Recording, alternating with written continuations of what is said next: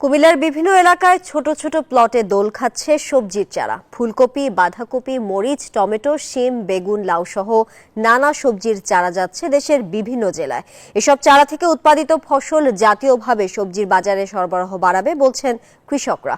প্রতি বছর কোটি টাকার চারা বিক্রি হলেও এবার সার ও বীজের দাম বেড়ে যাওয়ায় লাভ নিয়ে শঙ্কায় তারা।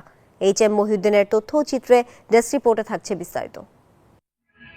রোদে উজ্জ্বল সবুজ চারা পরিচর্যায় ব্যস্ত কৃষক। এখানকার উৎপাদিত চারা স্থানীয় চাহিদা পূরণ করে পাড়ি জমায় দেশের বিভিন্ন প্রান্তে।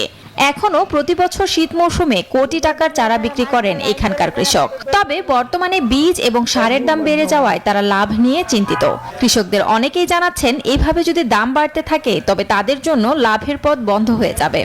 সারের দর বাড়া, বীজের দর বাড়া, এরপরে কামলার দর বাড়া, এরপরে আপনার আলের দর বাড়া, আমরা কি করে কেমন কি বীজ করবো? যে চারাটা কুদুর যে যাত্রা ভালো করে এই যাত্রায় ডবল বাড়ায়, খালি বাড়া কমতি নেই।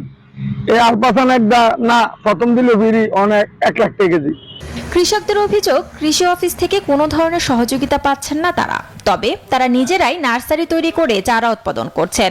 এক কৃষক জানান, এইভাবে চললে তাদের জন্য টিকে থাকা কঠিন হবে। এই যে আমরা জমিনে চাষাবাদ করি, কৃষি অফিস থেকে কোনো সহযোগিতা আমরা পাই নাই। আমরা নিজের ওই কষ্টের টাকা দিয়ে আমরা এইগুলা কিনা চাষাবাদ করি। না না কোনোদিন আমরা চাই না, আমরা ঘুমায় ঘুমায় সরকার খায়।